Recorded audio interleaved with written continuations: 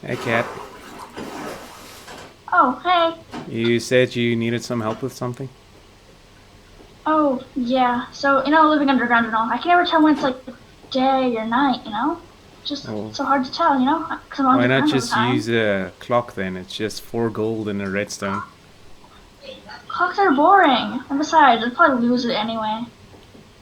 Ah, See all so these checks? You can put them you want to anywhere. tell time while underground.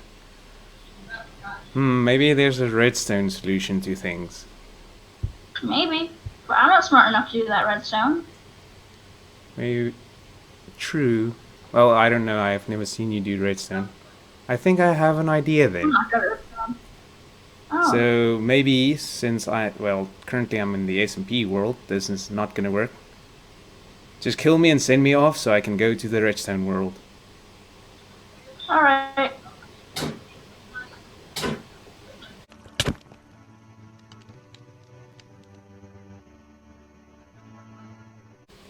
Welcome back, my Alpha Squad, to another episode of Redstone Revolution. In today's revolutionary episode, we are solving the problem of our dear friend, the Cat Lord, whose channel will be linked in the description. As you can see here, we have created the Celestial Dome, where even when you're underground, you can tell the time. So how it works is, we have two strips. We have the solar strip and the lunar strip.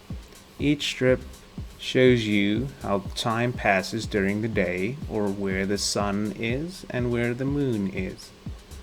It starts on that side since the sun rises from there and sets over there. So here I just have a little command block to let the time go by, and you'll soon see how the time, as the sun rises on the outside, it'll start showing us where the sun lies. And the sun has just risen above the horizon.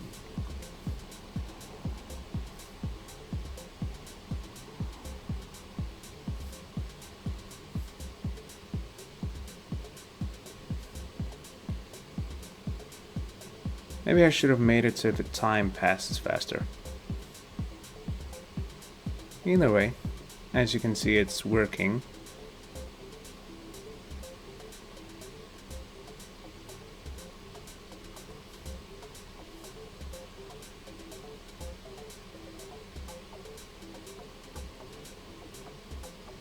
Just as the sun gets higher, the time it takes for each side changes.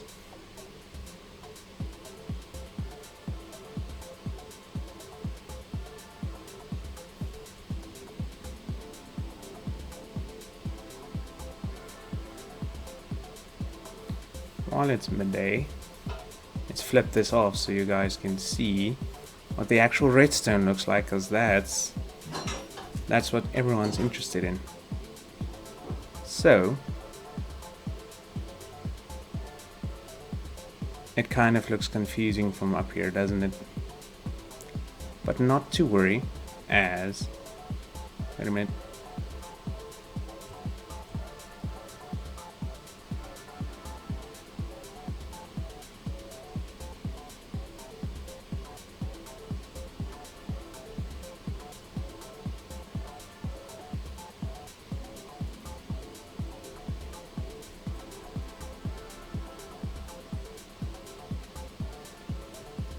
So you might be asking, why is this snake-like figure as the one over there is over here? So what happens now is, as soon as this turns off, this switches the circuits around, so this side is turned off and this side is turned on. Why we do that is so that as the sun sets, the values for these lights are the same as the values for these lights. But obviously at the start of the day we want it on this side, at the end of the day we want it on this side. So this little bit over here just switches over the circuits so that this one is activated and this one is deactivated. And then at night, after this one, the very last one, has been activated, it just sends a signal through that switches the circuits back over. Same on this side with the lunar clock. And as you can see, the circuits are pretty much identical. That is because the daylight and nightlight sensors work exactly the same, because it's the exact same block. And how it works is,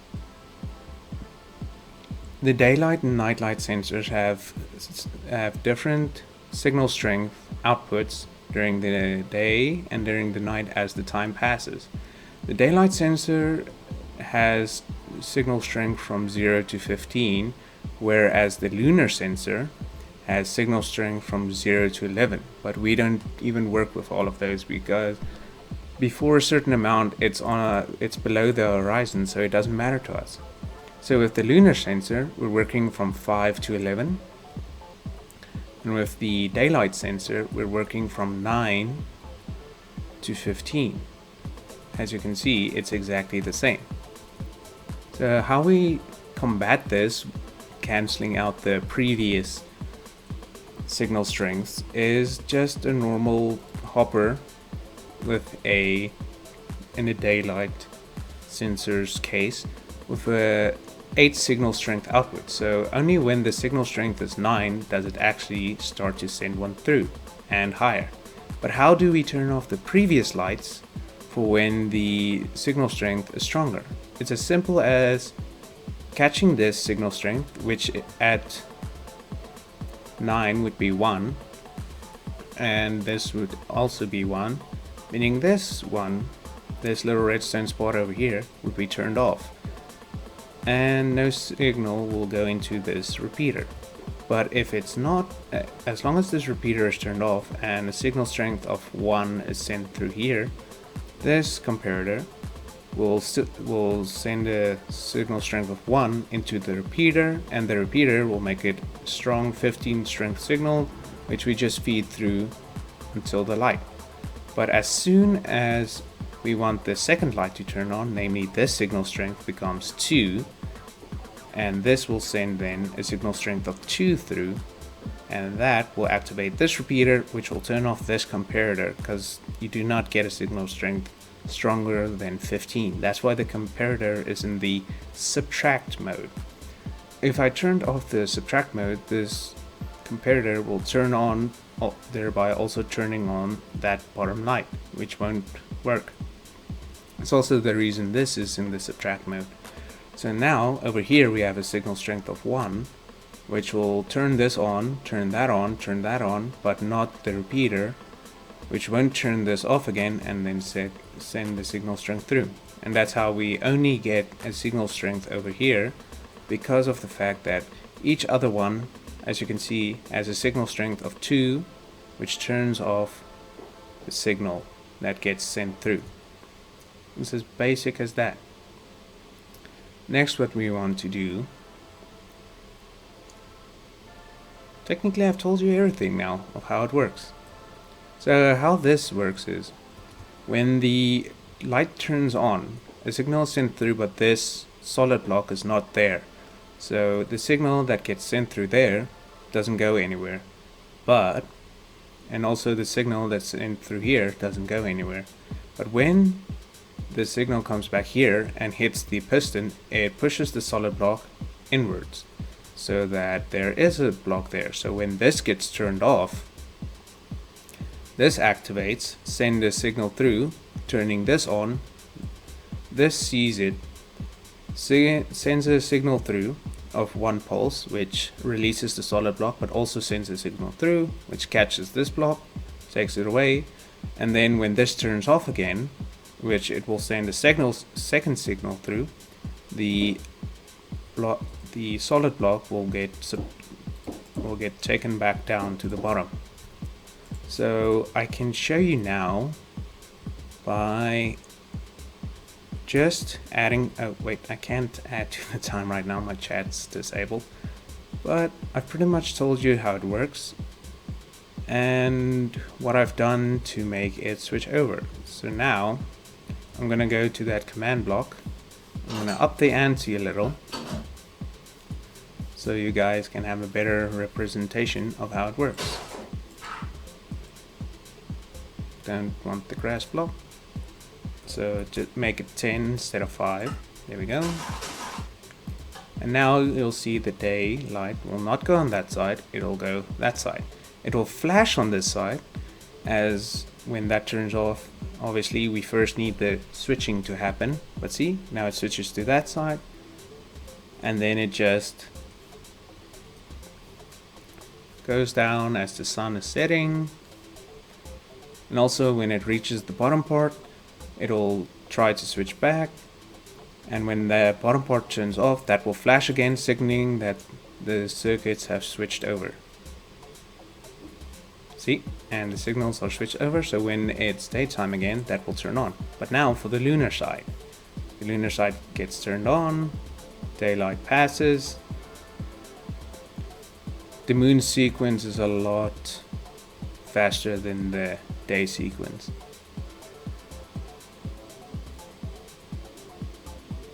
Just because of how the daylight and lunar sensors work.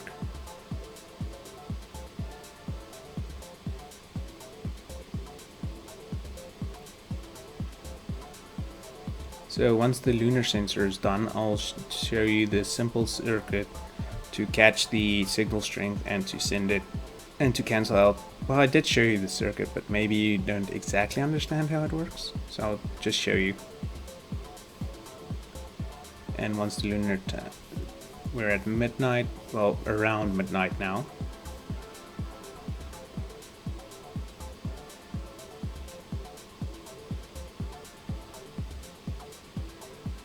There we go, time passes. Lunar cycle is pretty fast. Turns off, and the solar cycle should start again on that side. There we go, and not on that side. Now, while it's down there, I can show you what it looks like. So, a signal strength of, well,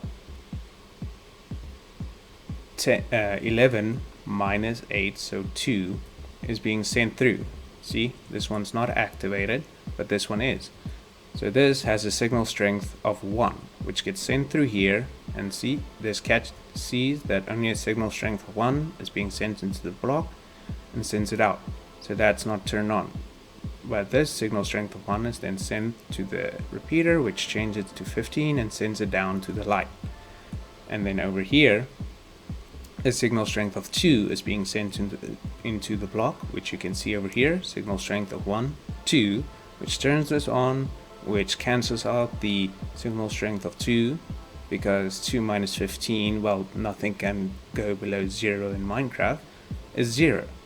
So this sends a signal strength of 0 through, so the light cannot be turned on. And as you can see, it has switched back. And yeah, that's about it.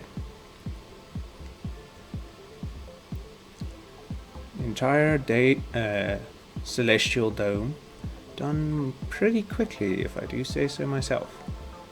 But one thing that has bothered me a little, just with the switching around, for some reason this one gets turned on.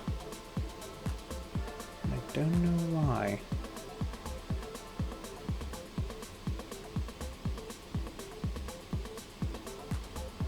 Maybe it just takes a while to sort itself out, maybe? Never know.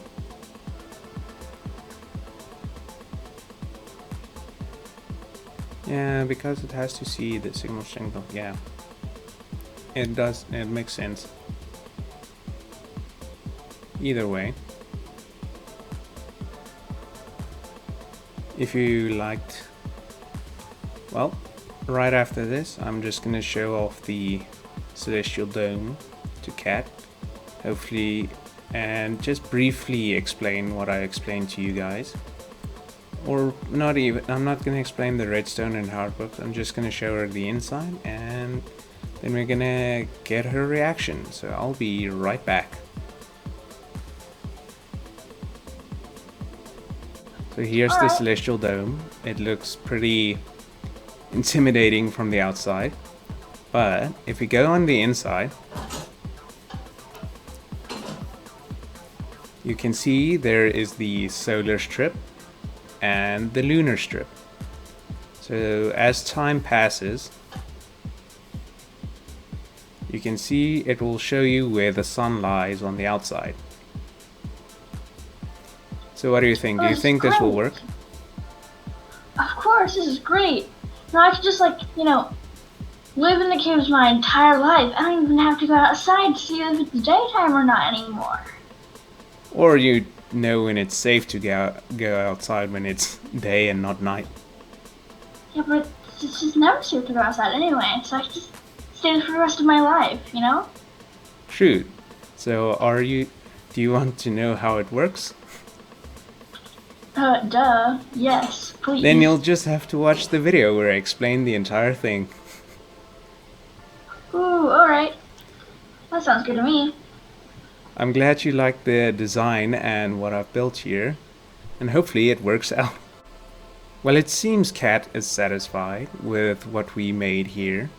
So if you guys liked the video, don't forget to leave a like. And if you're not subscribed yet, why not? The Alpha Squad is an awesome squad to be a part of. Just subscribe, join the Discord, and everyone has a lot of fun together. So I'll see everyone next time.